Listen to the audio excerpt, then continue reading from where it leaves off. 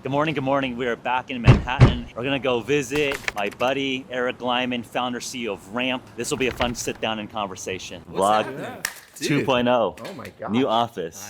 All kinds of weird stuff in here. Somebody tried to win our business, supposed to be in Korean. Hey, if you remember them, it kind of works. It kind of works. Satya is an investor. Yeah. And like all these people that you see on the phone are just like normal people that you're building with. Which is, for sure. I think something that I want to just like share to the world, because I think we worked pretty hard, got lucky, we were pretty smart. But at the end of the day, we're still just trying our best, adding value to others and not really quitting. I'm curious, like, just how do you like break that down for, I'm sure, like kids, coming up, or college students are asking you for advice. People kind of know the saying of like people really overestimate what you can get done in 6 months, but totally underestimate what you can get done in 10 years. 10 years is kind of a concept that most people can't really grok, right? It just seems so far and foreign, but if you just put in hard work every day for years on end, 1% growth, 2% growth each day, it just compounds. I think even with Ramp, we kept growing at a consistent rate for a long period of time. Yeah. And I think,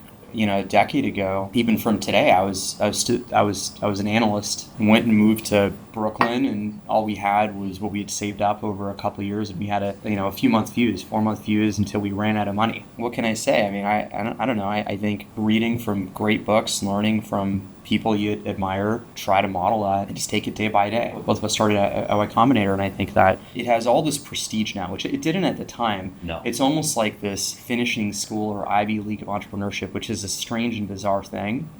I feel like now people want to buy that stamp. Yeah, there's a lot of people buying and seeking the brand, which wasn't what it was. And I don't know. I think some people ask, like, what happens when you're in this accelerator? And it's like, You're part of the Illuminati now. It's become this crazy. I mean, it was a bunch of misfits at the time, but like, what did you learn when you were there? And if you just like actually tell people what you did, it's like almost hilarious. You would go, and once a week, maybe the Grahams would make chili or whatever at dinner. Yeah, was Paul still making chili? You were 2012, right? I think it's 2015. Okay. 2015. You would meet with the partners, and you remember this. Like, they would ask you the same 3 questions, and it would be like a 10 to 15 minute meeting. They would ask, how quickly did you grow this week? What's your biggest problem? And how are you going to solve it?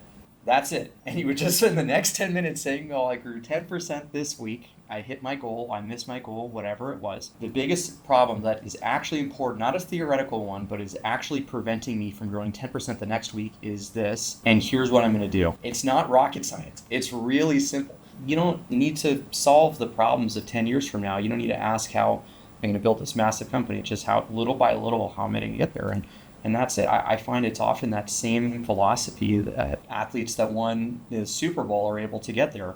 They didn't show up to practice saying, I've got to train today to win the Super Bowl. Like, that's insane. Practice sprinting, lifted weights, ate well, took care of themselves. Like, showed up to practice and practice the fundamentals, focus on the inputs, the things that were close, that were in their control, and over time you get a little better and you work your way up. Yeah. I think just 10-year runs or, I don't know, people can do great things with time. Yeah. I feel very lucky to just actually have seen literally the founding grind from day -100. I remember you were talking with Kareem about after Paribus selling it to Capital One, you're already thinking about the next thing. To your point, I think it's just 5 years of daily obsession over, can we grow this week? Can we grow this week? Was there ever a point in the history of Ramp where you're like, man, I really made it? Was it a valuation milestone or a fundraising milestone or a customer or a feature set or a press thing that you're like, oh shit, I'm on a different rocket ship than a previous startup or, what I see amongst the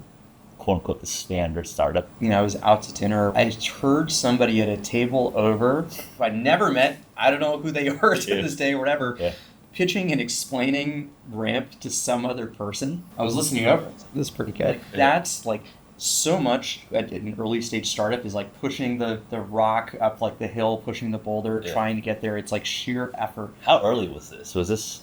This was probably a month or 2 after launch. Oh shit! A few weeks actually after launch. It was very, very early, and it was a sign that it landed. People could hear it. It made sense, and it was something you wanted to tell your friends. That was probably an even earlier adopter than me, because I remember you were pushing me to move my business on a Ramp, and I was like, my buddies, Yeah. like My friend's credit card company. my friend's credit card company. Like, I love them, but I don't know. Like, I can't risk my business with like this credit card gets hacked. So this was like super early days. This is early. Okay, Yeah. wow. So Yeah. you already had like early evangelists. Yeah. So a few weeks and you're like, oh, this is different.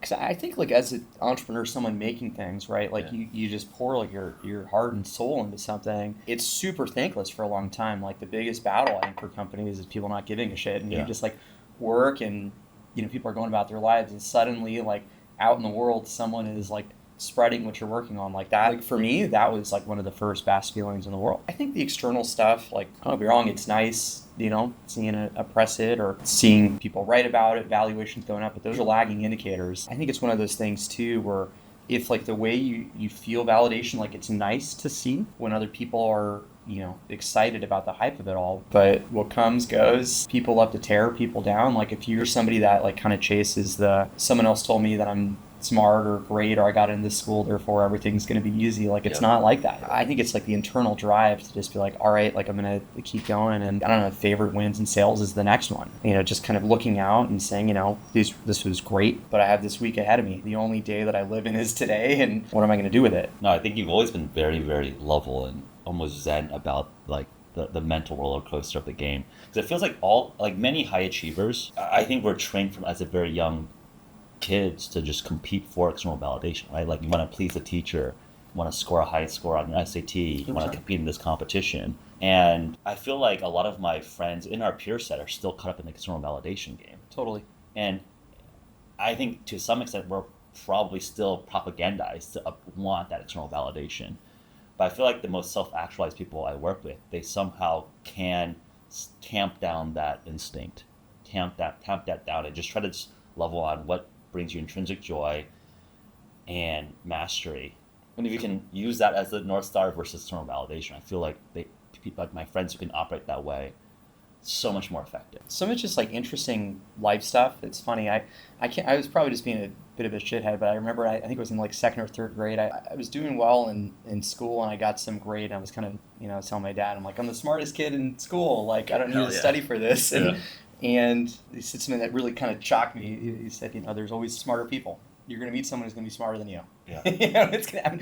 And you're going to meet someone who's going to be faster than you. And it sort of broke my world when I was like a third grader. But I think what he was really saying is, I don't care necessarily that you are the best or like the ranking, don't find happiness in that, but like just try your best. Because I wasn't putting forward kind of the effort. And so I think that was helpful. It's different life experiences too. Like my older brother has a lot of learning disabilities and different things kind of growing up where I kind of look up to your older brother. Like he's, as a kid, he's your hero, and see him kind of get sidelined from someone he knew who has an unbelievable memory. Like his ability to like know history, remember facts about people, incredible, but like just got like chewed apart by teachers who wanted him to like sit down, focus, behave, do things in a certain way. And I thought it was really weird as a kid of someone who you knew had all these gifts and things that made them special was like chewed out and like not acknowledged and really struggled. And so in some sense it kind of put me off to like, all right, people can grade you in a scorecard, but it's like just one framework. Like there's a lot of different intelligences and things that people have. Like it's not just uniform of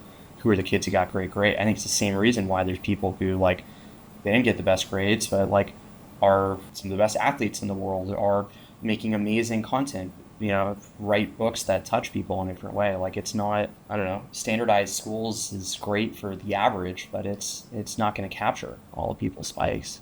There's this funny thing too, the weeks after we sold Paribus, right? And Paribus was my first angel investment. Like I just like didn't know what the hell I was doing. I was like, okay, this is scary. Flip money to Eric. Invest in your friends, man. That's your track record has got to be all time. But like, thanks literally to you. I don't know. You made a lot of other good investments, but it was our first startup, and we didn't come from a whole lot. Kareem's dad's dentist in Lebanon, like grew up in stucco house in Vegas, whatever, and like we had this like life-changing check came through, and I still had a student checking account. I was like, oh shit, I better move this to like a real bank that has like some security, and you feel on top of the world. And it's 2 weeks later, 3 weeks later, and you wake up and hedonic adaptation. You just get used to, the day and the present. And suddenly, I just remember thinking and feeling I work for a 50,000 person company now. This joy that I had of building, setting directions, hiring people, seeing people succeed, being able to guide things, move things exactly, was as a little boat tethered to a giant cruise ship.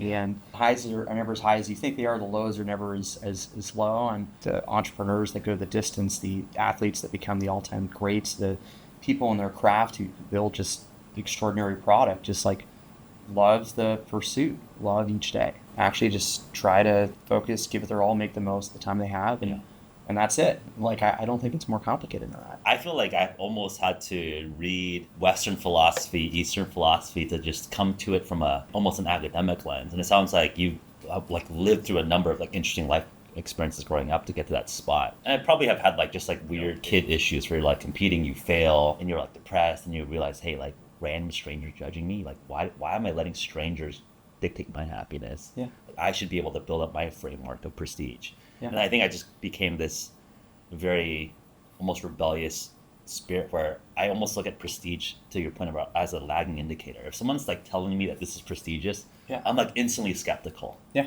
Because just like, why are you trying to sell me on how cool it is to be in this club? You're trying to sell me on how cool it is, you're probably suckering me into something. 100%. You're trying to sell something. Yeah. So I think that's like a very entrepreneurial spirit coming in, right? Like you're almost skeptical and you just want to, like the value has to, comes from intrinsically of what you think it does well. And I think a lot of it goes down to the basics of mastering skills. To your point, like a lot of what I'm doing for now is we have this short life on this planet, do as many interesting things as possible with great people. Yeah. Like I think when you're giving value to others, oftentimes it comes with economic value. So I think money is like a really nice side effect of what we're doing. Yeah. I don't think I'm like, to your point, like I don't think I'm like chasing extra zeros in the bank account. Like it's really like a theoretical number. We're not just like going on fucking yachts and jets and blowing all our money.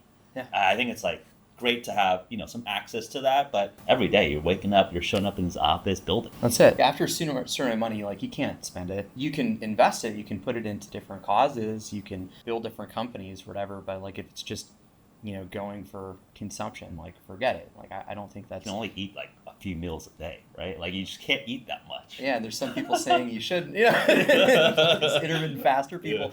But like I think this is why Stoicism has come back into vogue, and in a lot of Eastern philosophy too. Like I think there's just something about the scarce resources, time, and just being able to spend the time in ways that actually bring you joy is like that's rare. That actually is a real luxury. But I also think in the same way, like there's different visions of the future where work is gone and everyone just has, is given an allocation and income, and like I find that terrifying. Like I find a lot of the joy of like actually just building things together with people, and it's kind of like what makes great stories so great. Like it wasn't like the last chapter in a book. It was like actually seeing like people on their hero's journey, like growing, progressing, friendships. Like that's why people love stories. It kind of models life. Yeah. I want to tell you a story that I don't think I've ever told before. Like what I thought was like some ramp breakout moments. And it actually was a driving cause of starting Anti-Fund.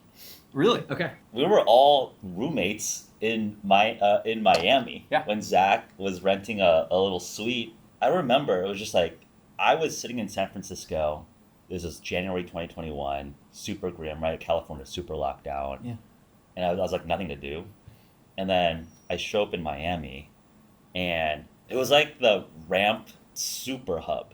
Yeah. I was just like all these like famous, super successful investors from Wall Street, from Silicon Valley, were just like showing up to like pay homage to like Eric. I was just like, what the fuck is going on here?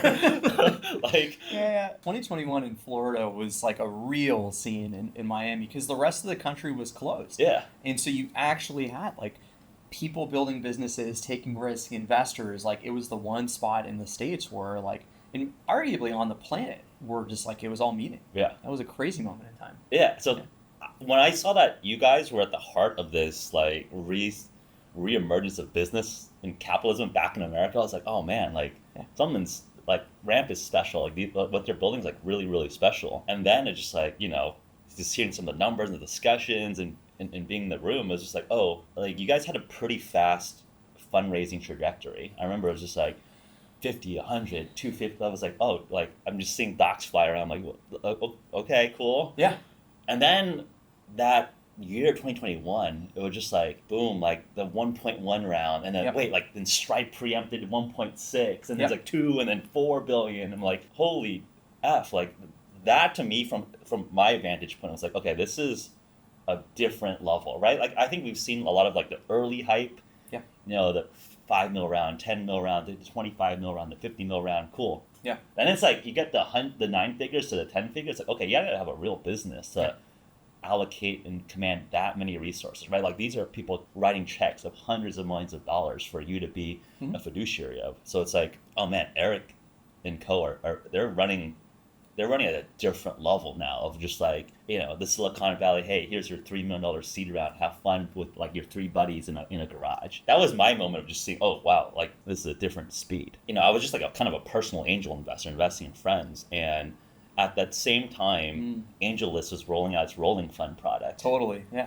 And I was just like, oh man, like I gotta like try to invest more in Ramp now because this thing is going to the moon. You gave me a little bit of allocation, so appreciate that as always. And I think the Series B, but very, very happy. Thank you for letting me be one of the first investors in the seed round. You believe in us and supported us like before basically anybody did. It was back when it was like your weird friend's credit card company, and the value prop is like some nice people you kind of know. Yeah.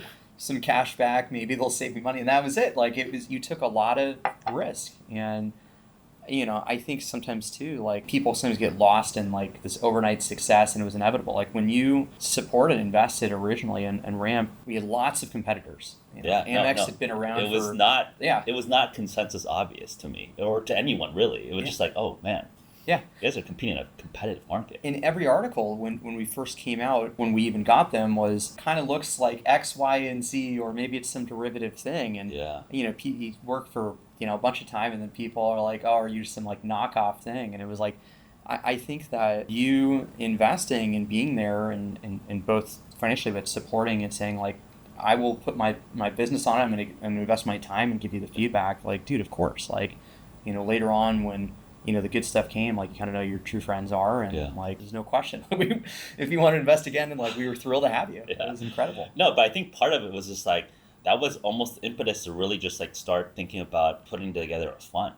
Yeah, and I think it's like without spending time with you guys in Miami, I wouldn't have reconnected with Jake Paul. He would come over to the suite, and we would like talk business, and from there, that is how Anti-Fund started. I mean, you guys have just taken it like to an unbelievable level. Like seeing W like just blow up out of the gate. Yeah. Incredible. Again, I feel like I'm inspired by what you do, and it's like, all right, like I like to say I have really, really great friends, and it's great peer pressure. Yeah. Right? Level each other up. Totally, yeah. Right? It's just like, all right. And it's like, oh shit, Jeff's doing good stuff. We got to do it too. Yeah. No, but I feel like even just your cap table construction, I learned a lot of how you built the early cap table of Ramp. And I just like almost, for every single business I'm involved with now, I almost like think about like, okay, getting really awesome angels. It helps. And oftentimes like it's not even like the best checks are like the smallest checks. For sure. The value add, the dollar in dilution, like the smaller guys are the best. And it's just like, that really informed me around my taste in how to build a cap table. 100%. Where I think so many young entrepreneurs are like, all right, I want like a really big check from a brand name, but that big check is actually like nothing for the venture capital fund. For sure. And you just like are caught in this like no man's land of like you gave most of your investor allocation to like a group that doesn't really care about you. Yeah. They can't really help you. Yeah, exactly. And I think that's like a lot of like the lessons you just have to like learn through industry. Because I think even that probably would go over a lot of people's heads. Like, oh, I want like a big check from a famous person. And it's like they probably think about you 0.01% of the time. I mean, and it's one of these things too. I think it's like the misunderstanding of like there was a lot of people you went to college with at Stanford, and like Stanford is an amazing school. Some are doing amazing things, and others like the very best thing they've done in their life is they went to Stanford. And like I hate to say it that way, but it is a great proof point and verification. You have intelligence, you have drive, and you've done a lot of great things at that point. But what you do next is up to you. Yeah. You close a round of funding on a Friday, and then Monday it's Monday. It's you, and you just have to kind of grow your business. And I think just asking the basic question of like, who's going to be there? Who's going to build this thing? When I have an issue and like I have no idea how to solve it, and I need help, who can I call and be there? And look, you can call like one giant fund and they'll take some calls, but they're not going to take 90 calls with you. Right. But there might be 100 different things that pop up in your business, and working with, 40, 50 different people who each would be happy to hop on for 30 minutes, an hour, experts in their field, like you can get like 90 great calls with people, actually go deep. And business is a funny thing. As you're scaling, it can be a bit like whack-a-mole. Early days, it's how do you find and attract great people? How do you get your first customers? Later, it's how do you build and construct like a great brand that people want to identify with? How do you think about growth? How do you think about financing this legal side of it? And so when you just actually think about all the complexity it takes to go and build a great business, like why wouldn't you want to build a great No, you're giving really, really good alpha. And I think I kind of glazed over it a little bit. But I think what was done so well is that you had 40, 50 of the most influential tastemakers on the cap table very, very early. Yeah. And at the beginning of a company, at the beginning of a brand, it's all about this like taste. Yeah. And you had some of the best tastemakers on your side from day -1. Yeah. And I think that was a weapon. I know some of your competitors kept asking me, like, why does everyone love that ramp? Yeah. Why don't I love my company? It's like, I mean, it was I think it was a very key part of your early strategy. For sure. 100%. You partner with a lot of the best people early. Yeah. And in some sense, you land grab tastemakers. Yeah. You land grab, like, essentially what would be like influencers for a consumer brand, but these are essentially influencers for B2B. For sure. There were a lot of factors. Like, I think the world is so big, no one can have a monopoly on this. Like, I think that when you think about our starting place, too, like, we had to do something, right? And, like, people had 8 credit cards. They didn't need a 9th, there have been people around for a long time. There was even guys in the Valley who had raised $1 billion valuations like prior to us coming out. And the question is like, how are we going to stand out in this noise? And for people who've gone through the process, like we'll say, what is it like to incorporate the company? It's like, well, you go and I guess now you can do this services like Stripe Atlas, just do it online or Clerky, or you hire a lawyer and you mail some paper to Delaware, or you send a small check and they say, congratulations, you're a company. Yeah. You still live in your apartment. You still have an office, but that's it. And if you're trying to build like a large credit card company, which by the way only works if you have like lots and lots, like 100,000 millions of people using it, it's a very arrogant thing to say this, all I have is a piece of paper back from Delaware, and it's inevitable. This is going to be a multi-billion-dollar company. I think the best way you do this is you say, well, I want to get people who might use the product involved, who have expertise on design and engineering, types of things that we're going to need to be great at very early on. So I can say like, I'd love 30 minutes of your time. Going to get your advice for 30 that say, you know what, put a little bit in. I want to help you succeed. And have it. I remember, like you literally call it, like I was one of those guys just like giving you product feedback. It was great. Yeah. I should probably check. I kept a lot of good records. Like, I don't know if we ever did, if I still have the records of like the early product video feedbacks. Like, I probably do. Yeah. Like you and Michael. No, I remember doing this either in person or on Zoom. Like, we definitely, it'd be fun for historical record. Like, our young little faces. Yeah. Not as old, not for as the gray hairs. No, but that stuff is super real, and I think this is true for any business. Like whether it's tech startup, for early restaurants, whether it's a consumer product.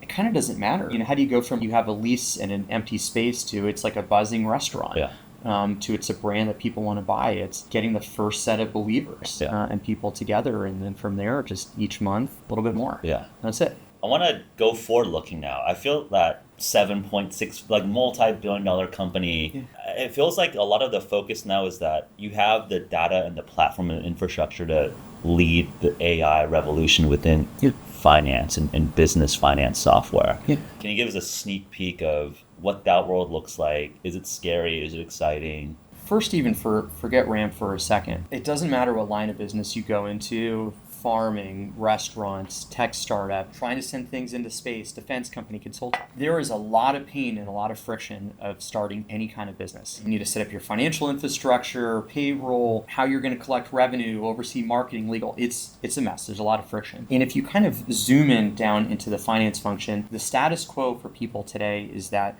in order to buy one thing and be compliant with the IRS, most companies use 2 apps. They issue credit cards on one platform. They set a limit. The expense policy has no control over what you can or can't buy. You can buy whatever you want. And then after you make a purchase, you get a receipt. You log onto some other app. You scan it in. You enter a bunch of data, then someone matches the records and goes into your books. It's crazy. Like in the 2020s, no one would actually design it this way. In today's world, if you wanted to actually make that super simple, what would you do? You would, on one platform, be able to issue a cards with limits. Your expense policy dictates what you can and can't buy. You tap a card for your purchase, and you're done. And your expense report does itself. We use all the digital records and the credit card authorization to know what was bought, pull the receipt from the merchant directly from your email, and that's it.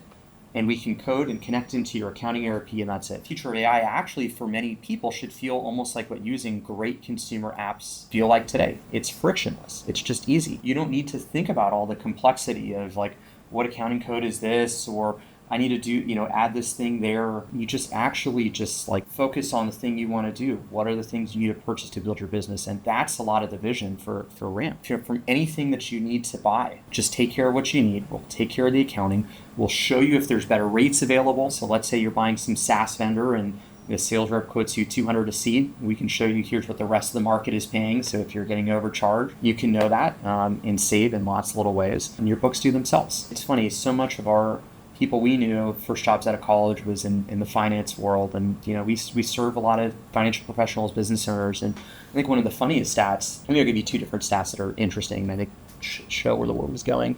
One, there's a specific job function in finance called strategic finance. These are the people who are like the CFOs in training. They're deciding we're going to invest here, not there. We're going to pursue this new business venture, not that one. We looked on LinkedIn to figure out how many people were doing strategic finance, and depending on how you measure it, maybe it's something like 3 to 9% of finance jobs are strategic finance. Okay. And I don't think that finance industry is trying to say 91 to 97% of finance jobs are all non-strategic, but it kind of feels that way, right? And if you really look at the breakdown of like what are people doing, it's a lot of tedious tasks. It's okay, I got this approval. I'm going to go log into this system, issue this card. I'm going to go and enter this accounting and routing number. I'm going to go mail this check to this person. I'm going to check, did we get the goods? We're going to match it, and we go. It's very little actual of like the great work of like where should go. And I think what we're trying to create is a system that does the tedious and monotonous works. It instills discipline into your business. If there's ways to do things faster, to get you better prices on the things you're buying, Ramp will show you that and do that for you. And that's part of why today the average business using Ramp, doesn't matter if it's like a small startup to the farm, to Shopify, to Boys and Girls Club America, to someone trying to send things into space. Like we save the average business about 5% per year. By just automating time and money processes, and we hope making people thinking about where should funds be deployed more strategic. And the other stat that was really interesting to me, I think there was a really interesting story a few months ago in Bloomberg saying that there was a major shortage of bookkeepers, and that the average bookkeeper is getting older. I think they're in their 50s or 60s, and I think that the number of bookkeepers is down something like 300,000 to 400,000 over the course of just a few years. The article questioned, are company financials going to start being inaccurate? How can we get people to go into this critical field? And that's where the article left off. Someone a few days later thought to look at how many financial analysts were there and how many accountants were there, and it turned out they had gone up by a similar amount.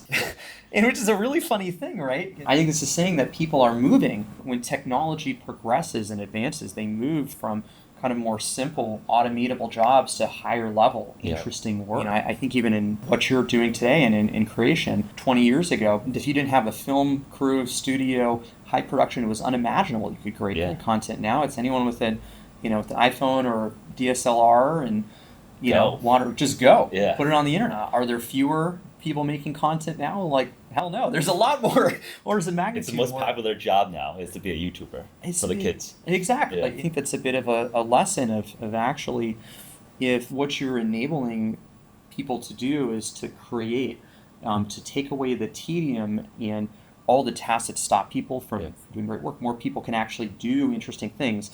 I think it means more people will be able to build great businesses, to think about the interesting questions and get there. And so now I'm actually really excited and positive. I think that's like the exact right frame, my frame also on AI, which is that you're allowing that 3 to 9% of strategic finance to be every single finance professional can be strategic. Everyone self-actualizes to the highest level of their craft. Yeah. I think there's like a false sense of honor to be like this tedious bean counter. Like, is that really like an honorable thing if that's all you do all the time? Like, I think a lot of us are doing that kind of stuff because you have to. But technology is about automating all the boring stuff so you can focus on the great stuff. Every day I walk through Union Square and there's a building, it was a very pretty building, so I looked it up and I found out that was the studio of Andy Warhol, who's like a really fascinating artist, like created reality TV, like iconic photos, Campbell soup, Marilyn Monroe's, like the Mao photo, like it's just like amazing, like crazy stuff. Yeah.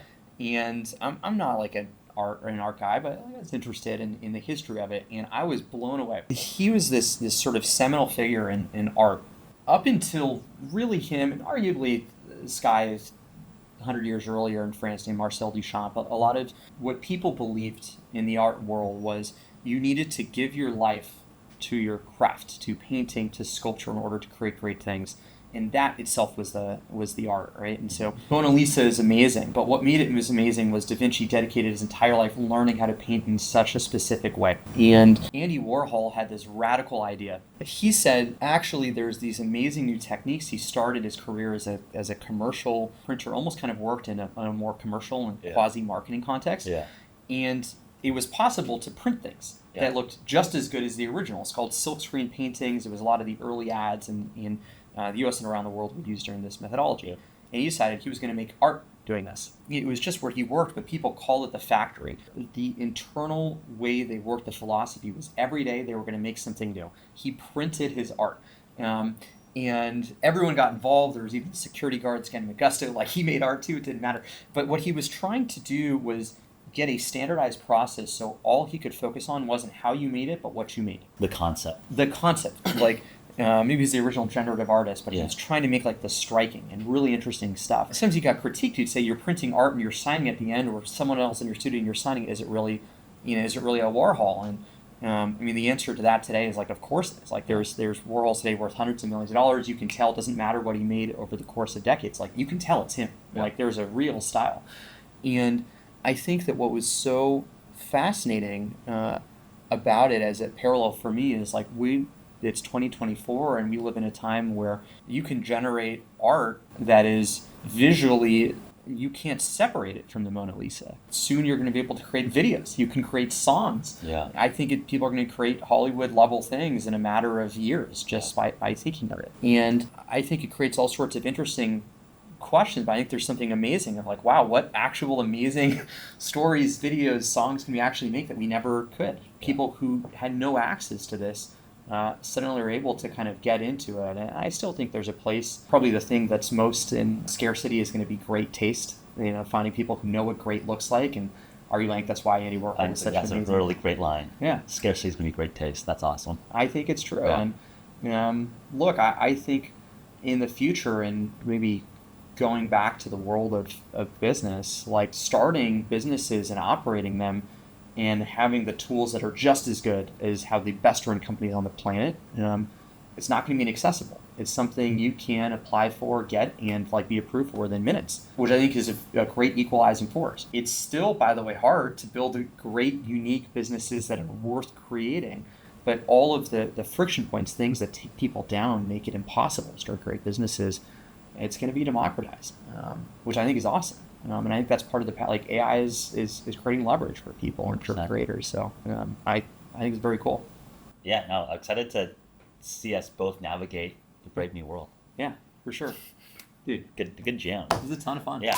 Man, I had a blast hanging out with Eric at the Ramp HQ. So fun to see your best friends growing up crush. So keeps me motivated to keep working hard and keep trying to make my own dreams come true. Part of this channel is to inspire you to make your dreams come true. Let's keep working hard. Please like and subscribe. I appreciate all your comments, all your support. See you guys on the next one. Peace.